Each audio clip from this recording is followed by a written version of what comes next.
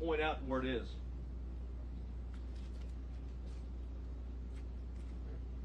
Crash vehicle's over here. Suspect hiding behind a vehicle, started walking down, shooting into the classroom. There was discussion early on that an ISD, consolidated ISD for Uvalde, had officer, was a resource officer and had confronted the subject. That did not happen, as R.D. Escalone talked about yesterday. It was certainly stated in preliminary interviews, but often these preliminary interviews and a cursory walkthrough doesn't reveal the type of information, and certainly, police officers, like anyone else, under stress, sometimes witnesses get it wrong.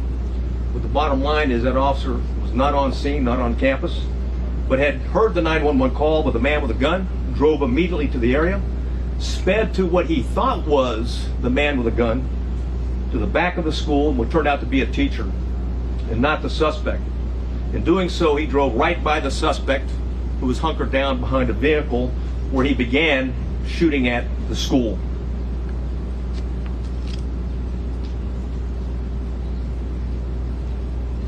(11:31), the suspect shooting in between the vehicle is when it began, while patrol vehicle gets to the funeral home. Multiple shots are fired outside the school at 11:31. Patrol car accelerates into the parking lot, drives by the shooter. That's exactly what I was talking about. It was the ISD officer at that time. He passes, then leaves the camera view. There's multiple shots fired at the school at 11:32, at 11:32:27, 11:32:36. At 11:33 is when the suspect entered the school at the door that I'm pointing to now. At 11:33, the suspect begins shooting into room 111 or 112. It's not possible to determine from the video angle that we have at this point in time. We do know this, that he shot more than 100 rounds based on the audio evidence at that time, at least 100 rounds. He entered at 11:33, or 11:33, he started shooting in the classrooms, 111 and 112. And 11:35, 3 police officers entered the same door as the suspect entered. All 3 of those police officers worked for the Uvalde Police Department. They were later followed by another 4, a team of Uvalde police officers, 3, and also a county deputy sheriff. So a total of 7 officers were on the scene. The 3 initial police officers that arrived went directly to the door, and 2 received grazing wounds at that time from the suspect, while the door was closed.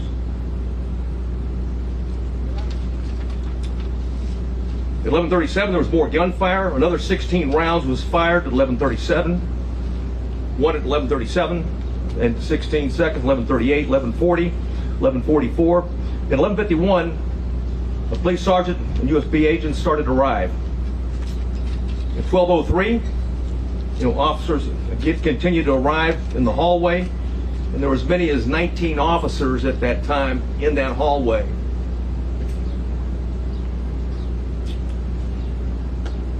At 12:15, we know that BORTAC members arrived. Not the entire BORTAC, but members of BORTAC, along with Shields. At 12:21, the suspect fired again, was believed to be at the door. At 11:21, law enforcement moved down the hallway. At 11:50, they breached the door using keys that they're able to get from the janitor, because both doors were locked. Both of the classrooms that he shot into were locked when officers arrived. They killed the suspect at that time. And now I'd like to go over the 911 timeline.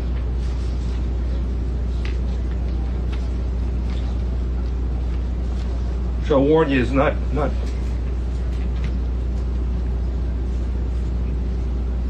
it's better that I read it than you listen to it.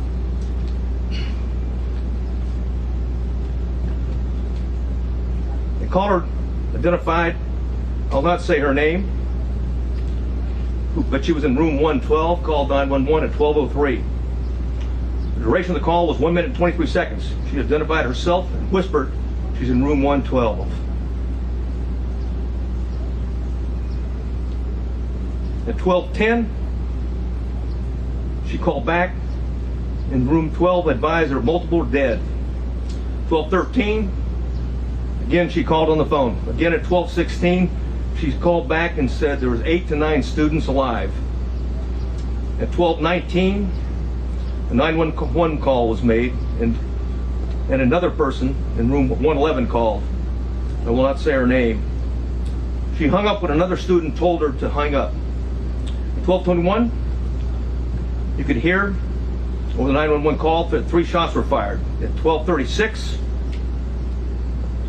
911 call, it lasted for 21 seconds. The initial caller called back, student, child, called back, was told to stay on the line and be very quiet. She told 911 that he shot the door. At approximately 12:43 and 12:47, she asked 911 to please send the police now.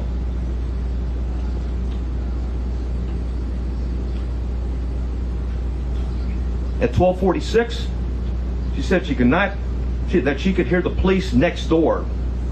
At 12:50, shots are fired. They can be heard over the 911 call. And at 12:51 is very loud and sounds like the officers are moving children out of the room. At that time, the first child that called was outside before the call cuts off.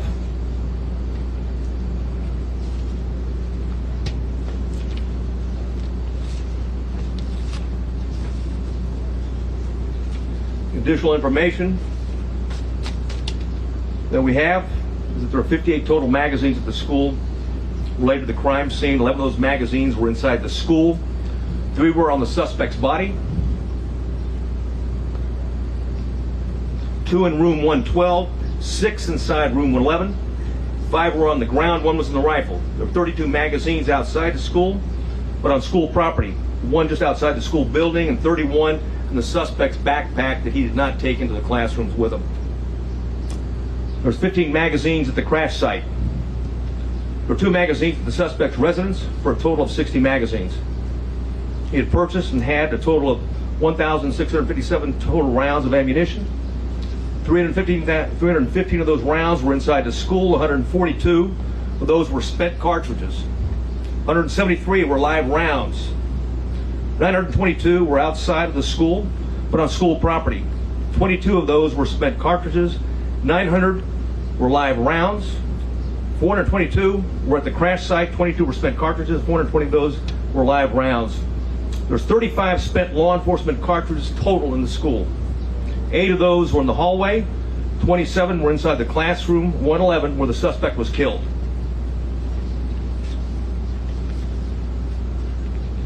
I mentioned that I was going to go over quickly a digital timeline. One of the things we talked about early, and I want to correct something that was said early on in the investigation, is that he posted, on Facebook publicly that he was going to kill he was going to shoot his grandmother. And secondly, after that he he had shot her, and the third that he was going to go shoot up a school. That did not happen. It was actually on a message. It was a Facebook application, messenger application to somebody else that he had a conversation with. We know that through his digital media footprint, and I'll just do by date time, that Ramos asked his sister to help him buy a gun. She flatly refused. That was in September of 21. I'll avoid some of these and get to he had Instagram, a 4-group chat, and it was discussed that Ramos being a school shooter. And that was on February 28th of 2022. On March 1st of 2022, there was an Instagram he had with 4 people. It was a chat. He discussed him buying a gun. On March 3rd, 2022, there was another 4-person chat. Quotations, word on the street is you are buying a gun. Ramos replied, just bought something. RN.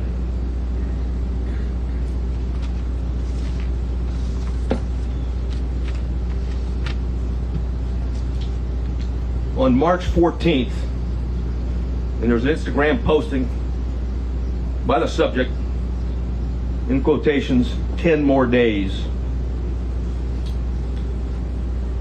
A user replied, "Are you going to shoot up school or something?" The subject replied, "No, and stop asking dumb questions and you'll see."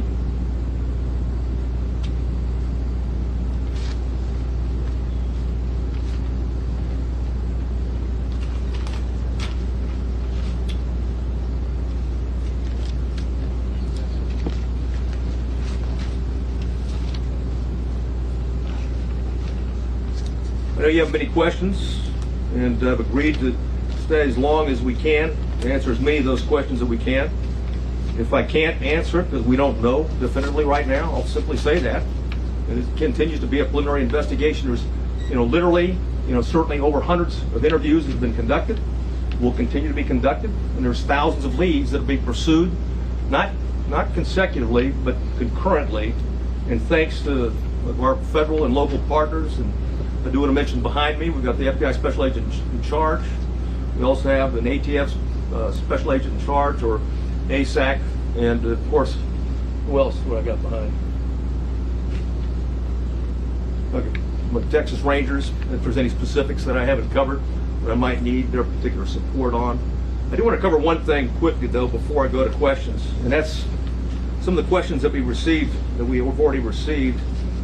And one of those is going around now that in fact, the subject had been one of the two arrested by the Texas Rangers and the local police back in 2018. That's not the case. He was not one of the individuals. In fact, we have found no links, associations, and relationships in that investigation. Clearly, it was a threat. It was back in 2018. The two juveniles were charged with attempted or conspiracy to commit capital murder. There's no question that we thought, and we had evidence, and certainly the district attorney agreed, that these juveniles, one 13, one 14 years old, was a threat to Uvalde. And there was a discussion at that time, even the senior year of the one that was 14 years old, which would make it 2022. However, that was not the subject.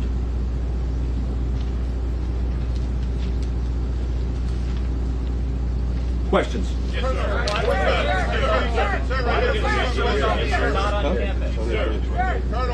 Oh, yeah. Oh, one thing I want to say, one thing I failed to say is that when we're done, we have Tony Pena with us. He's going to translate into Spanish, okay, what the answers and the questions are afterwards.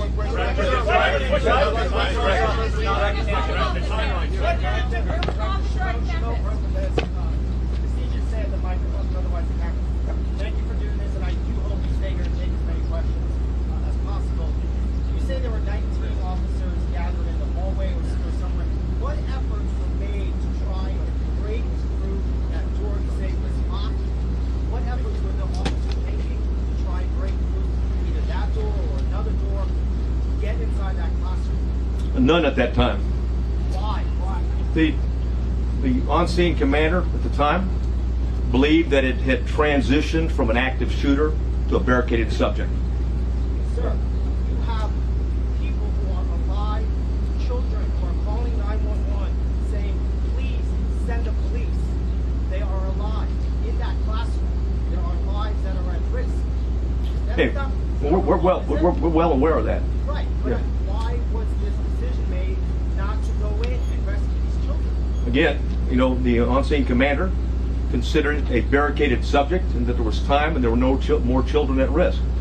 Obviously, based upon the information we have, there were children in that classroom that were at risk, and it was, in fact, still an active shooter situation and not a barricaded subject. Why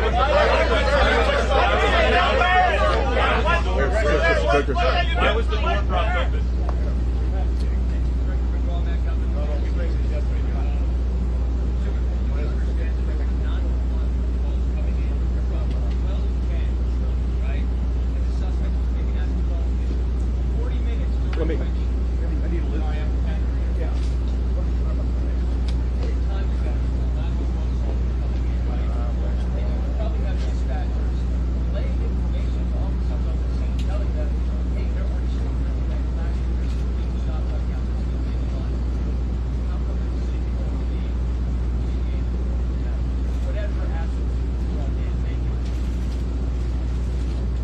The question simply is this: it was a 40-minute gap And if the 911 operators were aware that children were alive in that classroom, why weren't officers notified of that? And if that's the case, why didn't they take action?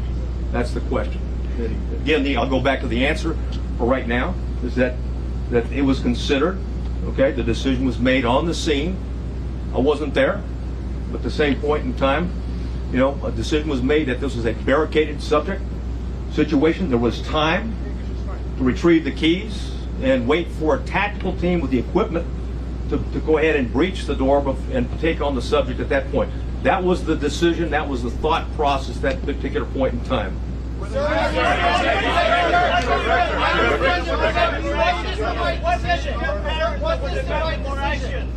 Police, what can you tell parents that were here waiting and asking for the police to go in? Is there an apology for them? Yeah, there was 19, like I said, there was 19 officers in there. In fact, there was plenty of officers to do whatever needed to be done, with one exception, is that the incident commander inside believed they needed more equipment and more officers to do a tactical breach at that point. That's why BORTAC was requested on the scene. As soon as they were there, they executed a search, or at least a dynamic entry, and went in, and of course, that was not the request that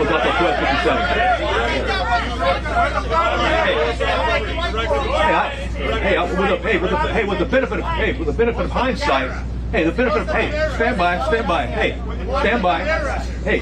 right? I got it. Okay. Hey, from the benefit of hindsight, where I'm sitting now, of course it was not the right decision. It was the wrong decision. Period. There's no excuse for that. But again, I wasn't there, but I'm just telling you, from what we know, we believe there should have been an entry at that as soon as you can. Hey, when there's an active shooter, the rules change. It's no longer, okay, it's no longer a barricaded subject. We don't have time. You don't worry about outer perimeters. And by the way, Texas embraces active shooter training, active shooter certification, and that doctrine requires officers, we don't care what agency you're from, you don't have to have a leader on the scene. Every officer lines up, stacks up, goes and finds where those rounds are being fired at, and keeps shooting until the subject is dead. Period. Villalobos from Televisa News, Mexico, sir. Obviously, goodness is south of the border. It's very difficult to understand how the most powerful nation in the world, their citizens have access to high-end weapons, and this keeps happening over and over and over again, and now again with children. I don't mean to want the night quarterback with you guys are the expert on people. Just a questions, please. How can you keep this from happening again in the communities of Texas? And second, how did a 18-year-old kid that works at a Wendy's minimum wage can buy a $5,000 weapon? Well, answer the last. He used a debit card first, but to your point, it's very expensive, and a debit card is not a credit card. It means he has money in the bank. So why and how is being looked at right now. And I'll tell you this, thousands of more leads are being looked at right now because we haven't answered all the questions. We haven't gotten into the why. Okay, we know the individual was also into cyber gaming in that regard, and group gaming in that regard. So we've got a lot of questions are out there, and we're seeking answers. But we've got an obligation. We'll continue to update you when we find something out. Hey, a woman in the yes.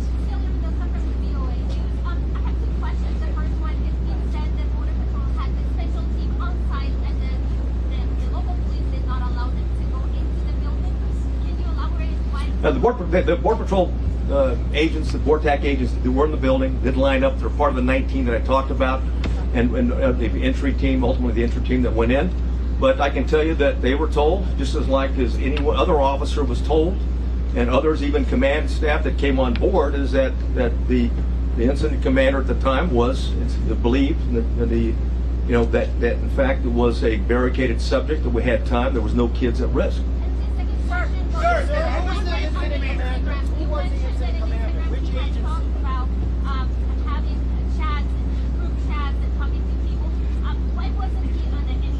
I wished he was, because then there's no question. And I'll say this right now, but every time we have one of these, and there's copycats, okay?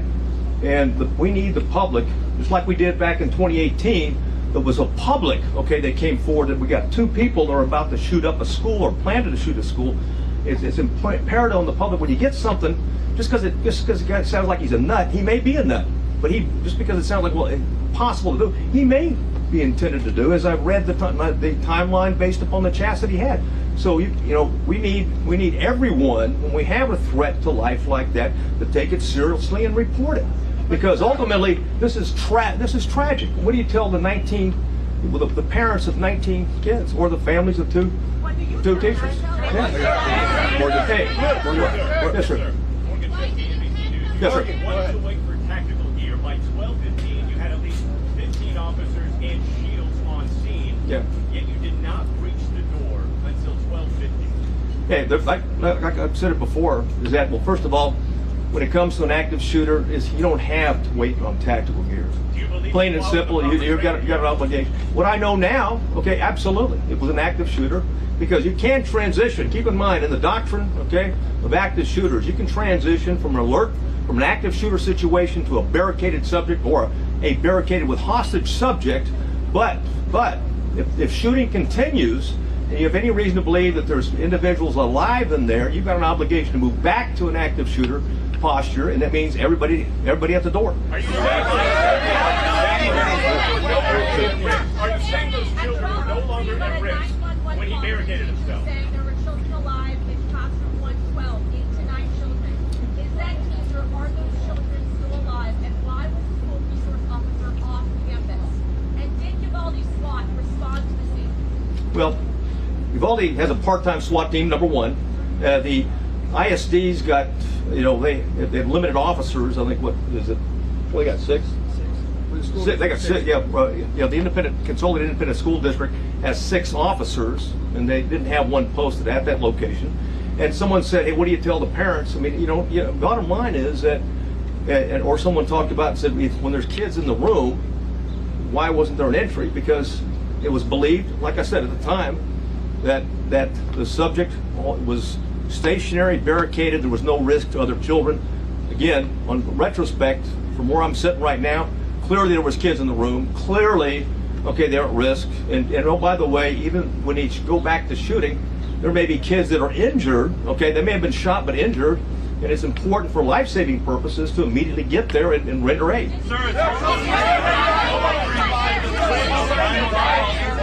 In the blue. Where was the resource officer? Why was he not on campus? He was not on campus. Why? Well, Where was he? Again, we'll have all those answers down the road. Okay? Sir, did those callers survive? Lady in the purple. Hi, this is Univision Network, and thank you for doing this. Most of the community is Hispanic. Yes. A bunch of them are undocumented. And to them, it's the world. You can apologize to all those parents who are outside, screaming, trying to get in. It was obvious that it was not under control. Their help could have been great. Some parents were able to get their children out of the school. Not as a police officer, not as somebody that belongs to the government, but as a parent, as a human being. What do you say to those parents who are about to bury their children? Well, first I want to say that the Consolidated Independent School District officers were there early. There was 4 of them, and they immediately began evacuating the school and did that throughout the process. So keep in mind, so that was going on. What do I say to the parents? I don't have anything to say to the parents other than what had happened. We're not here to defend what happened. We're here to report the facts, so they have the facts. But based on what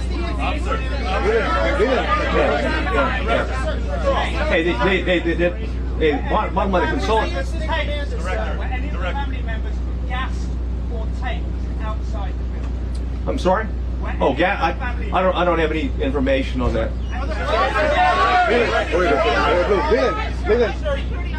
Oh, one second though. However, we did review what DPS officers arrived on the scene, what they did, and looked at those instances. You know the parents of the children who died are watching right now, and they're Yes. hearing you say that not everything that could possibly have been done as humanly fast as it could be done was done. Are they owed an apology from somebody, be it the incident commander in the police department here? If I thought it would help, I'd apologize. But let me say this. Hey, let me say this. When you go back to the timeline, again, I want to go back and I'm not defending anything, but you go back to the timeline. There was a barrage. Hundreds of rounds were pumped in 4 minutes, okay, into those 2 classrooms. Then anything else, any firing afterwards was sporadic, and it was at the door. So the belief is that there may not be anybody living anymore, and that the subject is now trying to keep law enforcement at bay or entice them to come in to suicide by combat. I understand it. I've recorded that. Don't yell over your colleagues, please. Jack Morgan from the New York Post. Can I ask 2 questions? First of all, exactly how was the gunman barricaded in his room? Was it just a simple matter of him locking the door behind him? And secondly, did he buy all 1,657 rounds from Oasis Outback using that debit card? Well, I might answer the first one, but the why on the second one I don't have.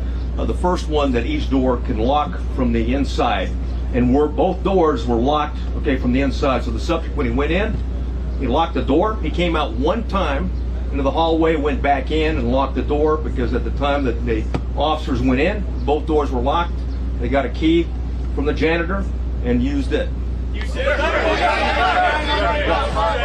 the first call came in inside the classroom at 12:03 and you reached it at 12:51. How many students died in those 48 minutes? I don't have that answer. We're looking at it right now. Hold on, Sam. Go ahead. Yes. Why wasn't the school placed on lockdown in 2?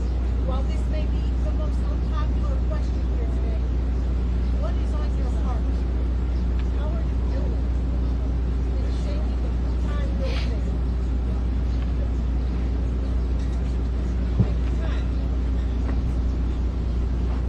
Yeah, thanks a lot.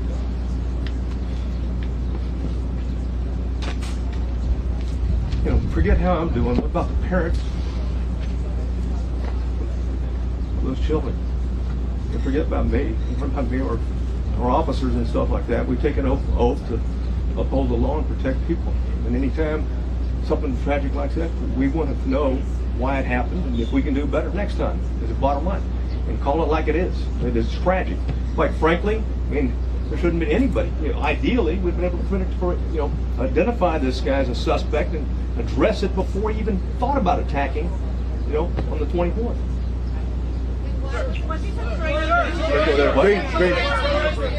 Go ahead. There's a lot of ammunition, a lot of rounds. Are there other people that you're looking at to arrest that aided him? And we're looking at other people. Absolutely. Anybody who's been in contact, we're looking at anything. And links associations, people that may have known something, and will continue, and may have been involved in some chat room gaming along with them. So there's nobody that we're not going to talk to and look at.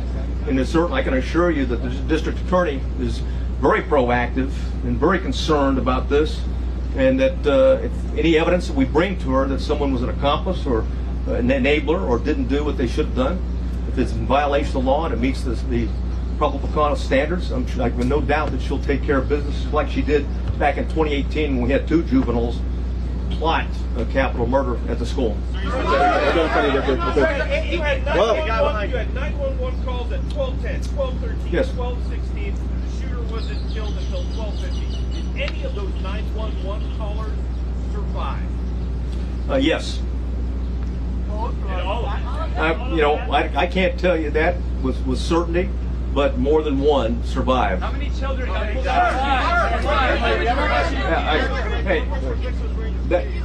I'm sorry, what? Can you give us an update on the number of officers injured, their condition, where they are now, and also were there any windows in the classroom itself? Yes, the windows I'll go backwards. Right over here. I'll move over here. Subject shot into these windows right here as he's approaching the door. Right? So the children were vulnerable all the time going through. We don't have any recording of any of the children maybe injured but not dead. The way he shot into this particular area. Right? As to the answer in terms of someone could have shot opposite in that regard, I don't have the answer to that, quite frankly. Right? We're looking at a number of different things in terms of ballistics and things like that, what you can do. Keep in mind, when you've got children, okay, in here. Come back to the mic. We've got children Well, in bring here. the map closer to the Oh, mic. excuse me, yeah. Oh, Bring okay. the map closer to the mic. Okay. Be able to- Right. And we're looking at this from a tactical standpoint and everything in terms of looking backwards, okay? And certainly one of the things is, what was the access in 111 and 112 in that regard? And and also, you know, there's other access points as well. Right there. Hold on. Let me say one thing. One thing I didn't point out, okay, is that when we've got him going into these rooms, right here's the Jack and Jill restroom between. So not unlike Santa Fe, the classrooms are separated, but they're really connected. So you can move back and forth between those two classrooms. In the green. Yes, sir. Was the incident commander receiving the information coming via the 911 calls? And if so, why not? And if so, you speak to the level of investigation that you're putting into that very question. Yeah, well, that question will be answered, but I don't have I'm not going to share the information we have right now, because I don't have the detailed interview right now. Go ahead, sir. Right there. Yeah. Go ahead, If it was please. a barricade situation, did any police officers go in and get their own kids while the parents were outside? Not that I'm aware of, no. Right there. Go ahead. Yes, please. How many children called 911 and you know for a fact if any of those children died? I know for two, for certain did, and those two did not die. And why was that propped open door still propped open even after the incident was occurring with shots being fired at the funeral home? Bottom line is, we reported what happened. Is that back door was propped open. It wasn't supposed to be propped open. It was supposed to be locked. And certainly the teacher that went back for her cell phone, it propped it open again. So that was an access point that the subject used. Go ahead. Blue. Go ahead. Hold on. You have said in hindsight mistakes were made. A Democratic congressman is now calling for the FBI to investigate the response here. Yeah. Is going to be held accountable. Well, first of all, we welcome the FBI. There's a reason why there's the FBI special agent in charge behind me right now. They play a vital role. And again, this is about finding facts and reporting facts as quick as we can. It's not about trying to defend, or it's not about trying to assess or even be hypercritical. It's about the facts and sharing whatever we learn on the facts as quick as we can, and be as transparent as we can. You know, okay, the media, but more importantly, the parents and the public and the citizens of Uvalde and Texas. Blue. Go ahead. Hold on. Sir, hold on. Sir, who was the commander at that? The chief of police of the Consolidated Independent School District is the incident commander. And has that person been It's his school. He's the chief of police. Okay. Is he on scene? Yeah, again, I'm not going to discuss disciplinary, but there's an ongoing criminal investigation. There's ongoing criminal investigation. Is that teacher being investigated and working with? Again, I'm not going to get into that. Matt, go ahead. Yeah, man. Whose responsibility for making that decision? Not the people in the classroom. You see, he was here for The chief of police of Consolidated Independent School District. He was convinced, and again, I'm going to go back and say, he was convinced at the time that there was no more threat to the children, and that the subject was barricaded, and that they had time to organize with the proper equipment to go in. The subject had already hit 3 officers, and hit 2 officers, and I didn't answer the final question. A third, a border patrol agent, was grazed as well, but no police officer was seriously injured. During that time, were the officers hearing shots fired inside that classroom during that time? Yes. Yes, they did.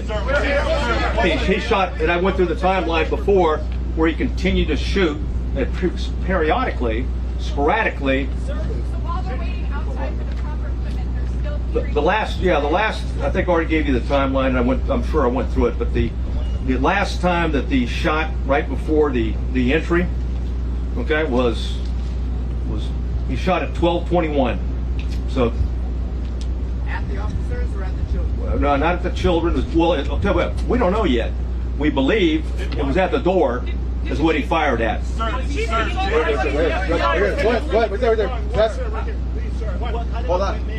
kind of equipment did law enforcement have at each specific moment of the response? Okay, well, we know that beginning when the BORTAC agents arrived, they had 3 ballistic shields.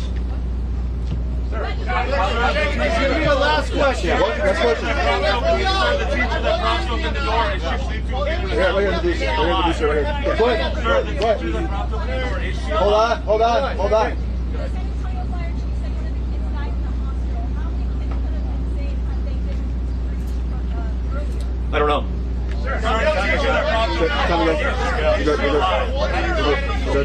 No, that's fine. Yeah, I'm going.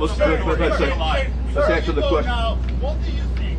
What do you think you should have done? Thank you. I've already said that. I've already said. First of all, hey, Texas embraces and teaches, okay, the active shooter doctrine. The active shooter doctrine, as long as there's kids, and as long as there's someone's firing, you go to the gun, you find them, you neutralize them, period. And there's only, there's some nuances with transition to a barricaded subject, also transitioning to a hostage situation. And of course, the decision at the scene was that this is still a barricaded subject that did not go back to an active shooter situation. Go ahead. Yeah. Where is the police chief and why isn't he here to take our questions? Well, because I'm here to address the latest timeline and facts that we know. You're certainly welcome to reach out to them. I'd like to ask the FBI a question. I defer to. You want to get a question? Hey, hold on. All right, then. Fine. How many children were pulled out? Hold on, sir. Hold on. Sir, you've now been on the scene for several days. We're here like for 2 things. What exactly is your role in this investigation? And hearing all this, given that the FBI goes through lengthy efforts to study active shooter situations like this, do you think this is something that requires an independent investigation by whether a federal agency or by you guys or someone else? Thank you for the question. So my name is Oliver Rich. I'm the special agent in charge of the San Antonio division. First, I want to say I understand there are a lot of questions and there's a lot of frustration in the public, and our heart goes out to the families and the victims of this tragedy. I will say our role here remains the same. We are here to assist in this investigation, to provide the support to the community to the best of our ability. We've had 200 people here for over 4 days. We have people working all across the country to support this community and to support this investigation. We are continuing in that vein. We have victim specialists here working with people in the community, and we will continue to do that. If the facts bear out that there is a federal nexus, then the FBI will conduct an appropriate investigation at that time. But for now, we continue in this to support the Texas Rangers. Is that something you guys would investigate? Okay, sir, are you going to ask? How many more questions? 2 more questions. 2 more questions. Guy in purple. Okay. Yes. Uvalde Police Department, Chief Nebula of News. Uvalde Police Department posted in February 2020 that they familiarized themselves with the school and they did the training to do just what they were supposed to do. How come they were not in lead, or their commanding officer was not in lead when they were familiarized with this training, and they should have done what they were posting on Facebook they were doing? Who dropped the ball? Yeah, I don't have the answer to that question. Last question. Yeah. Go ahead. President Biden will be here on Sunday. Your thoughts on that? Do you have a message for the president? Yeah, welcome here. Welcome to Texas. And, this community has been hit hard. And I think it's noble that the president's going to be here to recognize the pain and suffering that this community is going through. And I think that's what leadership is. That's why Governor Abbott's here. That's why Lieutenant Governor, leaders go to where the problem is. And right now, the problem is in Uvalde, Texas. Sir,